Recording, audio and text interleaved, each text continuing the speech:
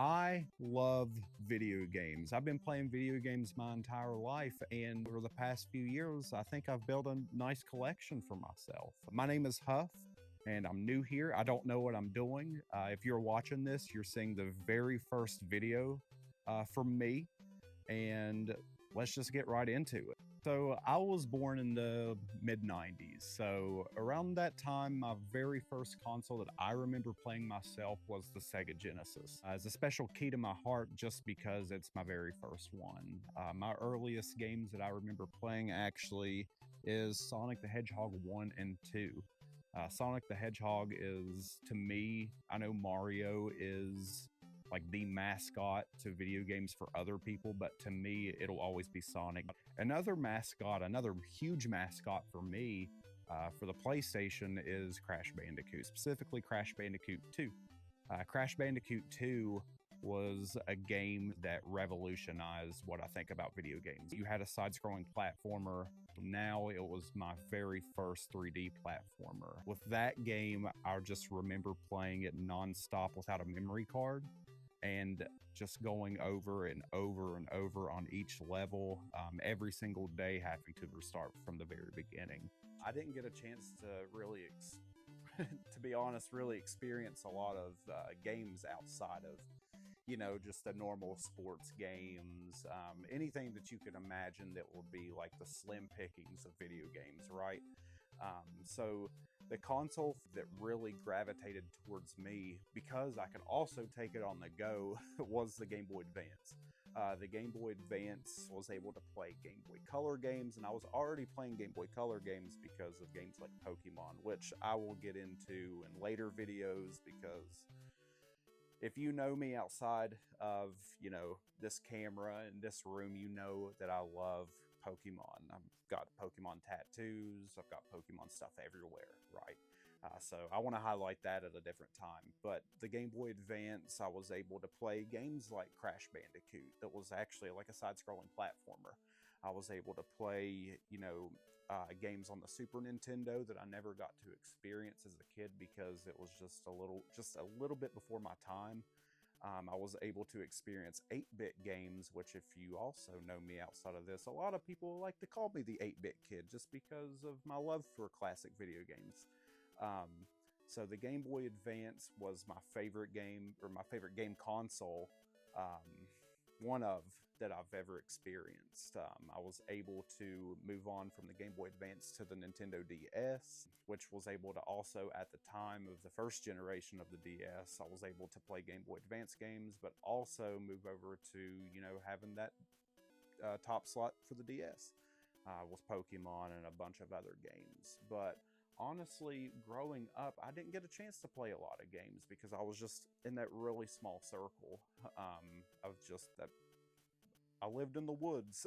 So it wasn't until I got into the Xbox 360 and PS3 era that I really started to find a wider range of genres for video games.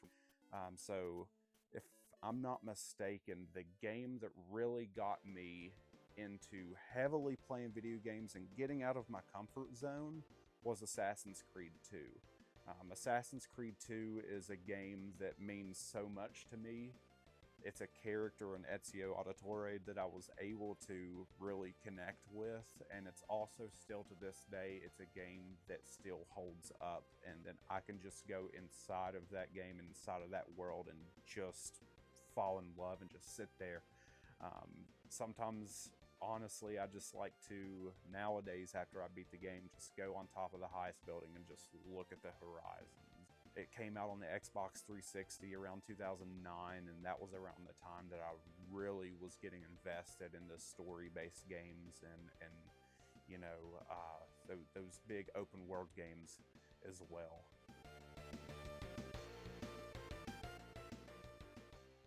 Around 2013, 2014-ish, it was around the time that the Xbox One and the PS4 came out. That's also whenever I started really heavily getting into video games. I was playing video games all my life, of course, but I was just playing the games that I was able to get.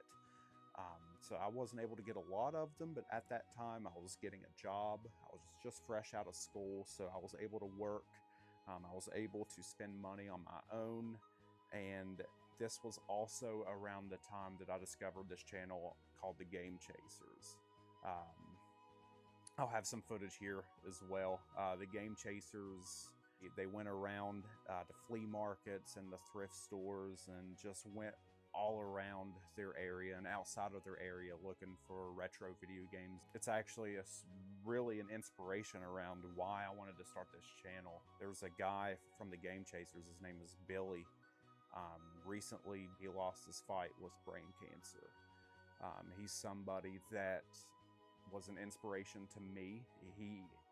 I was able to relate to them, just being from, you can tell from my accent that I am from West Virginia, with him being from Texas and stuff, having that country accent. I was able to relate to him a lot and relate to everybody on that show. They are what got me into collecting. So I've been collecting for the past 10 years, 10, 11, 12 years or so. Collecting, I wouldn't say hardcore for that long, but they were definitely the reason and the inspiration behind this. And ever since his passing, I've always wanted to showcase video games and talk about video games.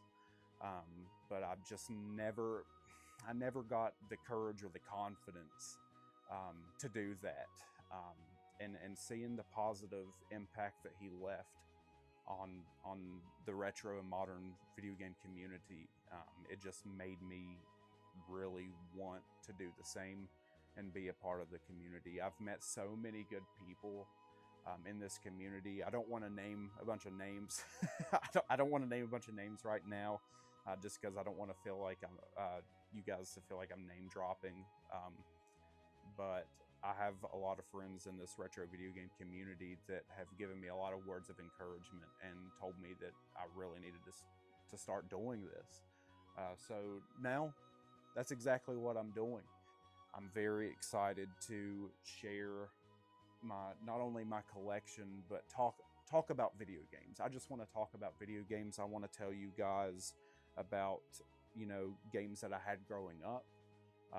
Like specifically for like the Sega Genesis, like my favorite games for the Sega Genesis, or 5 games or 10 games that I think are really underrated on the Sega Genesis that I've got to experience as an adult because I couldn't experience it, as a kid. So I'm very excited to start this journey with you, and I really hope that you join me on my journey. So if you've stuck here so far, I really appreciate you. If you want, you can hit the subscribe button. I've always wanted to say that. Leave a comment, or if you have any things you want to see or anything you want me to talk about, I'll read all the comments. Or if you want to leave a like, I know it'll help me and it'll help me grow. And I'm just really excited to start this journey. So thank you guys, and I'll see you next time.